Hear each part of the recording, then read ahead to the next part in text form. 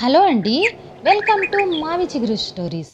సత్యం శంకరమంచి గారు రచించిన అమరావతి కథల నుండి ఓ చక్కని కథ, సుడిగుండంలో ముక్కుపుడక. ఈ కథ మీకు నచ్చితే సబ్స్క్రైబ్ చేసి బెల్ ఐకాన్ ఆన్ చేయండి. అప్పుడు ఏ కొత్త వీడియో పెట్టినా మీ దాకా వస్తుంది. ఇక కథలోకి వెళదాం. అఖండంగా ప్రవహించే కృష్ణానది గుడికి కొంచెం ఎగువ సుడిగుండంగా మారుతుంది. పలకరాళ్ల మధ్య నుంచి మెలికలు తిరిగి, కోసురాళ్ల సందున సుళ్ళు తిరిగి మహావేగంతో పారే ఆ సుడిగుండంలో ఈదటం తెలిసిన వాళ్ళకి గొప్ప సరదా.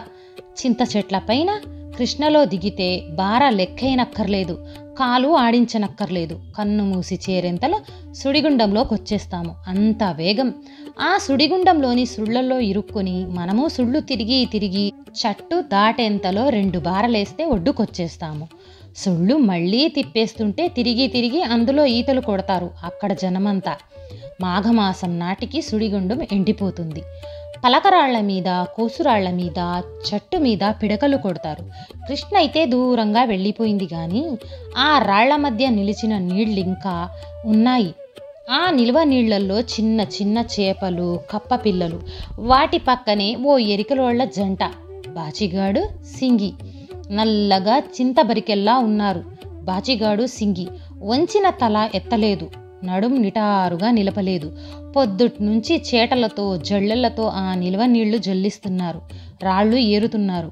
ఒళ్ళంతా కళ్ళు చేసుకుని ఇసుకను గాలిస్తున్నారు.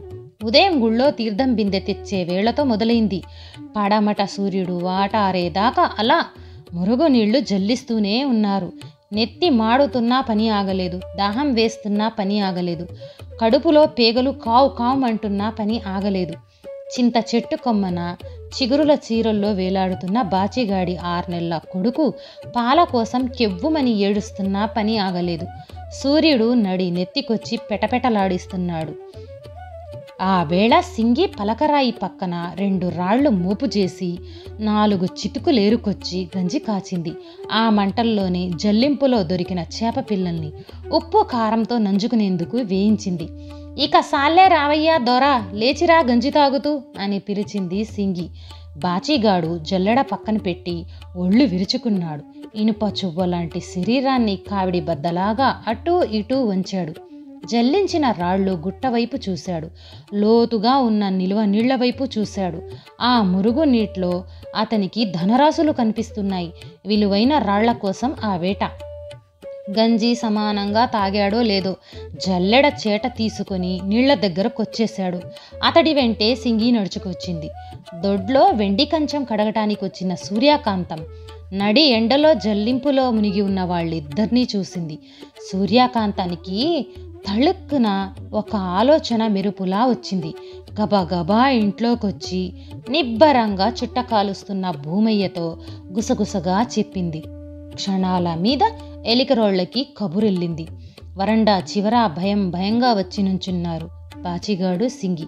భూమయ్య గారి పాదాలు తాకటానికి పనికిరారు కాబట్టి దండాలు దొరా అని నేల తాకారు.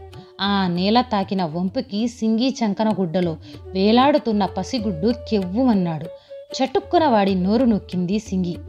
భూమయ్య పెదవి విప్పకుండా వాళ్ళిద్దరినీ చూస్తున్నాడు. ఆ చూపుకు వణికిపోతున్నారు ఎరికరోళ్ళు. పగపట్టిన తాచుపాము ఎదురుగా వచ్చి నుంచుని కాలు కాటేద్దామా వేలు కాటేద్దామా అని చూస్తున్నట్టుంది భూమయ్య చూపు. దొంగనాయళ్ళారా అని దీవెనతో మొదలెట్టి, ఆ గుంటలో మా ఇంటోళ్ల ముక్కుపుడక దొరికిందంట కదరా అన్నాడు భూమయ్య. మాడు మీద కట్టెపేడుతో కొట్టినట్టయింది బాచిగాడికి, సింగికి. ఇద్దరూ ముఖాముఖాలు చూసుకున్నారు. లేద్దొరా లేద్దొరా అంటూ నేల మీద కూలబడ్డారు.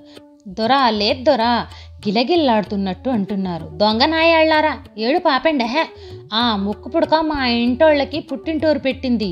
కిష్ట తగ్గుముఖం పట్టినప్పుడు ఆ గుంటలో పడింది.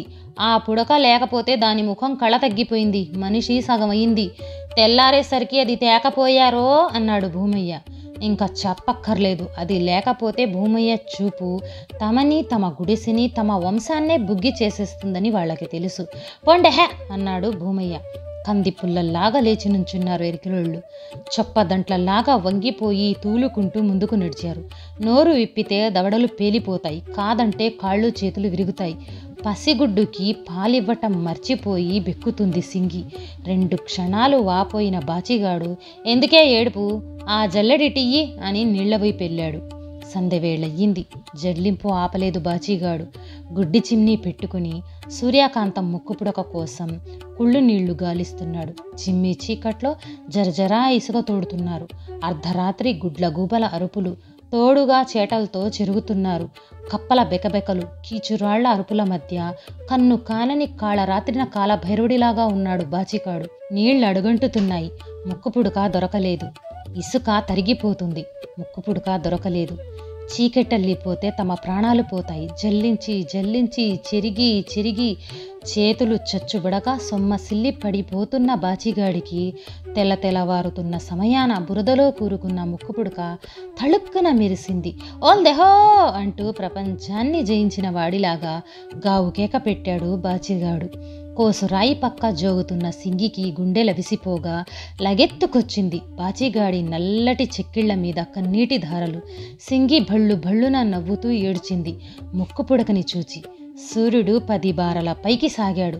ముక్కుపుడక భూమయ్య గారికిచ్చి వచ్చిన బాచిగాడిని చూసి సింగి అడిగింది, ఏదన్నా బహుమానం ఇచ్చారా? మనకెందుకే బహుమానాలు, పోనీ పప్పన్నం? మంచిరాయి దొరకనియే, మనమే పెడదాం అందరికీ పప్పన్నాలు అంటూ చాట తీసుకొని నిలవ నీళ్ల దగ్గరికెళ్ళాడు. ఆ మాట చక్రవర్తి హుందాలో అన్నాడు బాచిగాడు.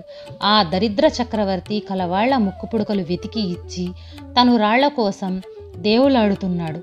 బాచిగాడే కాదు, అతని తాతలు తండ్రుల కాలం నుంచి ఆ వంశం రాళ్లు జల్లిస్తూనే ఉంది రతనాల కోసం.